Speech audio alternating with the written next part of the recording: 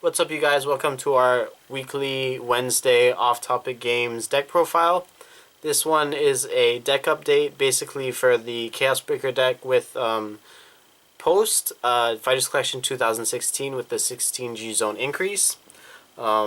People asked basically what the reasoning behind certain choices in this deck were, so I decided to make a deck update video about this because the last one was very interesting and a lot different than what it is now. So anyways, let's get started. For a starter, it's the same. We run Carbon. What it does is you put into Soul when your opponent has a locked card, you grab a grade 1 or 0 and call it to your rearguard circle. So it's generally just really good. It's kind of like Conroe, but better. Debatably. In general, it's just a really good starter. You search for your Limb Break Enabler generally with this, or like Zinc and stuff. It's really good. For grade 3s, obviously, we're running Chaosbreaker, so we run 4 Chaosbreakers. If you don't know what it does, I already told you in the last video, but Limb Break 4, when your opponent unlocks something, you Soul Blast 1 and pop it. You can kill resist units, and yeah. You have to Soul Blast a star-vader, so it's very important that you have star-vader or Soul. Your other effect is an Axe Scale, Counterblast 1, and discard a star-vader and lock something of your choice. Next we run 2 Chaosbringers. It's not the best card, and it can be very, very awkward, but it helps you search for your Chaosbreaker. I'm not going to describe every single card in the deck because I already did in the video, unless it needs describing because it wasn't in the video before. Anyways, for our 2 Legions, we still run 2 Legions. We need Legions in deck, especially with the 16G zone increase, because the game can kind of get slowed down, and it helps with the like Angel Feather Mirror Match or not Mirror Match, Angel Feather matchup or other matches. But anyways, we run a Blaster Joker. It's really helpful against, like, let's say Aug Force if they have Skyros on the field, and we can't lock anything. We just lock their entire board for a bit and then go off with Chaos Big Crunch because G-guarding is now a thing, so it's very nice. And then in general, it's very nice. It can kill the Legion mates if your opponent's Legion. And yeah, it also has a skill where it can get a crit if you shove one of the same Vanguards into the Soul. So you can shove like Photon or this card and it gets a crit. But you can only shove Photon because I only run one of this. Next for other Legions, kind of weird. We run this dude. It's a rare from BT17. It's a Legion. Legions with Radon, the 12k attacker. What it does is there's an Axe Skill, Counterblast 2, lock a back row, and then when this card attacks, you choose as many units on your side of the field as the same number of units as lock cards on your opponent's side of the field, and they get +5. So in other words, your opponent has 4 lock cards on their field. You choose 4 of your units, they all get +5k. So it's kind of helpful. The reason why it's here is because it's helpful for pushing the game. You can set this up through Big Crunch, this person's own skill, Photon, and the crit trigger, so it's pretty nice to have. It's only a 1-of, so we don't always get it, but it's nice to have in case we push. And yeah. Other people try to use the Arrestor Amnesty Messiah-ish build with this deck to try and push. Personally, I don't like it because Arrestor requires a Messiah Heart, and it's an on-call effect. So if you don't have that, you can call a worse rearguard that's completely vanilla, or just not call a rearguard, and that's bad also. Like, if you look at the difference between Arrestor and Radon, if you don't play Arrestor, then it's kind of the same thing as just playing Radon, because yes, you get like technically 2 attacks when you use Arrestor with Amnesty, but it makes up because you didn't attack or call any rearguards beforehand. So in other words, what I'm saying is, if you're playing Radon, it's, let's say, like turn 1 attack and then turn 2 attack, versus if you're playing Arrestor, it's turn 1 0 attacks and then turn 2 there's 2 attacks, so it kind of evens out. That may not make sense, and it may be a little bit flawed logic, but it does you kind of get the point. Arrestor is also only on call, so it's once per turn.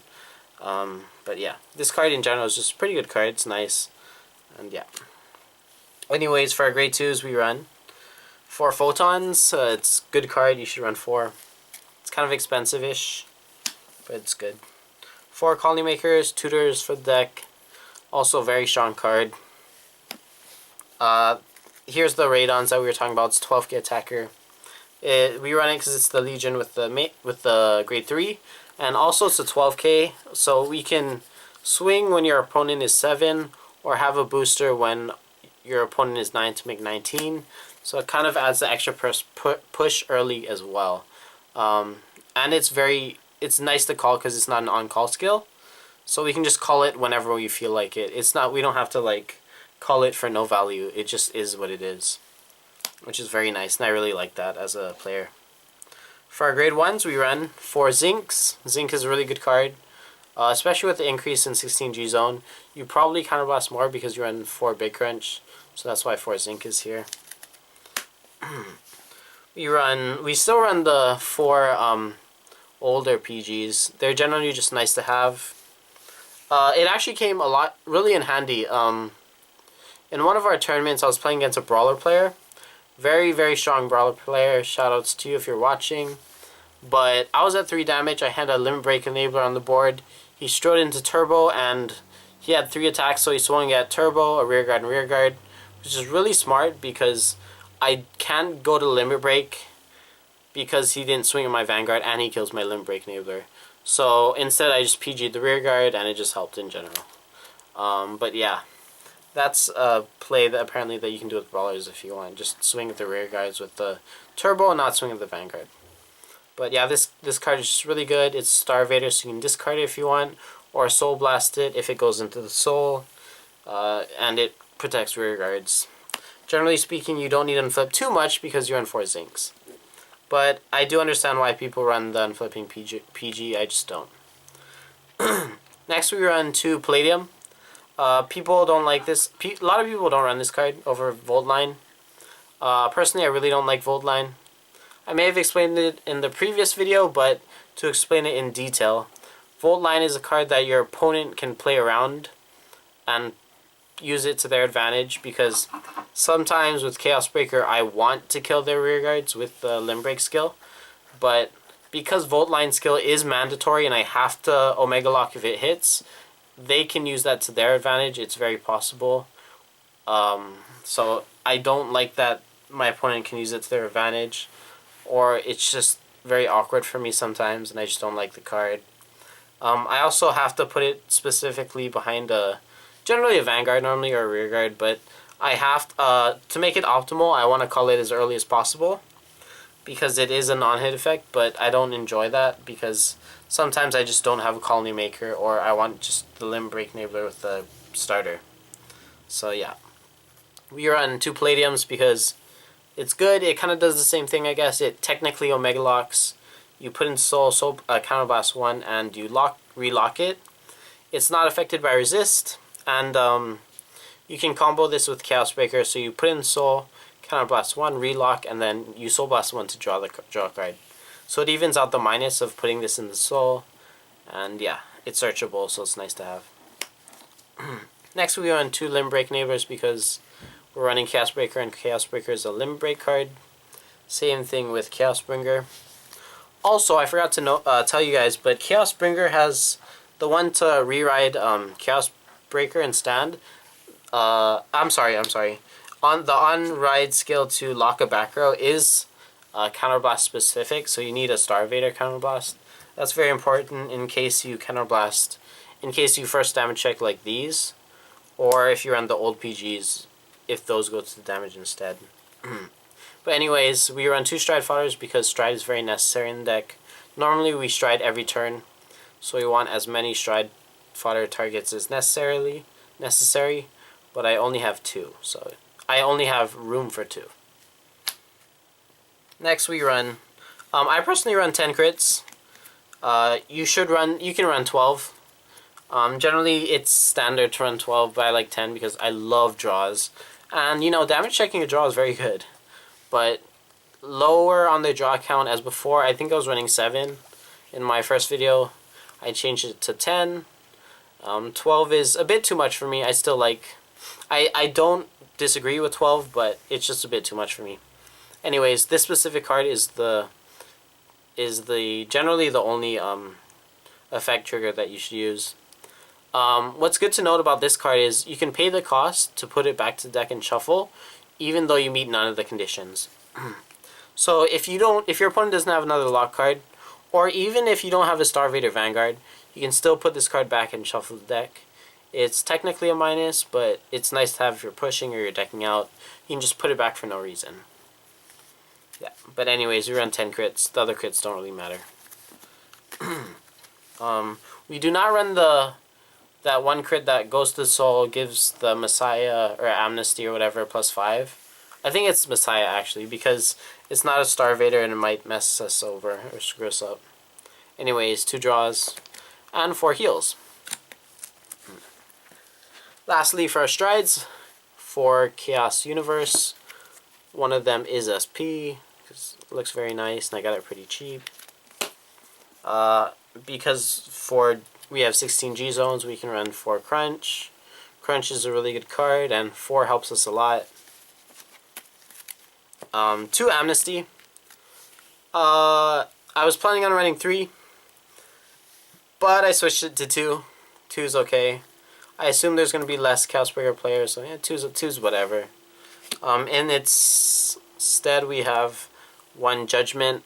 It's a nice option to go into because it actually has an effect versus non-mirror matches, where Amnesty generally does not have an effect.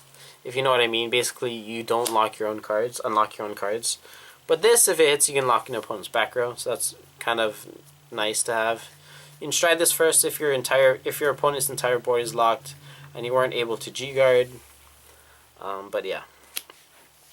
One of the plays that people do to counter this deck is to call entire field and try to pop their Limb Break Enabler. But because of G-guard, you can first stride Big Crunch, which doesn't care if their field is locked. It actually punishes it. So it's very nice to have. Yeah. Anyways, we run 1 Sabreeze. Sabreeze generally should be a staple in every deck. This deck specifically, I'm not too sure because the cost of Counterblast 2 is kind of heavy, and we don't have any G-break skills in our deck to begin with. But it's kind of a nice card to have, so it's just fine as is. I don't think I'm going to take it out because I still punish my opponent for getting grade locked, and I still push myself ahead in terms of advantage or tempo. And then I can technically first stride like Universe and get both skills off, or Chaos, or Big Crunch, etc, etc, etc. So yeah, Sabreeze is just a nice card to have, I guess.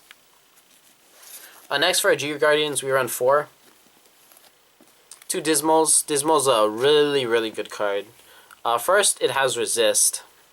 And secondly, when you G-guard with it, you can put it on the when it's put in the Guardian Circle, you choose a rear guard, and it gets the effect where it can't be hit nor targeted by the opponent's card effects, or chosen by the opponent's card effects until the end of the turn. It's a really, really good card. What's good to note is if you G-guard with this card, and let's say you target like your Photon or whatever, a grade 2 with it, then you put it to the Guardian Circle. It also has like Resist, where it cannot be targeted by opponent's effects, so it can't be like broken by Daikaiser. So in this case, if you intercepted, and you chose this card and you intercepted, they both have the Resist skill where they can't be targeted by the opponent's effects. So that's a good play that you can use if you want, and it might help against your Deep Police matchup. It's not too important because generally they wouldn't target the 5k anyway. They target a 10k, but it's kind of nice to have if you just double G-guard and double intercept or something for 40k shield. Anyways, we run 1 Maxwell. Honestly, Maxwell is a terrible card, kind of, but it's necessary because it's a 20k shield, and locking a back row isn't terrible when we have 12k attackers and Amnesty. It's still really not good, but sometimes we are in situations where the 20k shield matters, and it's just nice to have. We can also just lock a unit behind the back row Vanguard, and it doesn't actually matter too much. So it's whatever. It's just a one of. Sometimes you can just use it as a 15k shield, whatever. But usually I save this specific card in case I need it. And lastly, for a G-Guard, we run one screw, whatever. Basically discard a card and it gets plus 10k shield. So 25k guard, it's pretty helpful against like guard restriction stuff. And yeah. So that's the basic deck post Fighters Collection 2016 and the G-Zone update. I hope you guys enjoyed it. If you have any comments, questions, or concerns, or things that I didn't like mention or explain well enough in the video, please basically just comment and talk to us. We have a Facebook now and a Twitter, so if you haven't already, please check it out, like and follow us. And yeah, I hope you guys enjoyed it. This has been a Wednesday's deck profile, and I'll see you all later.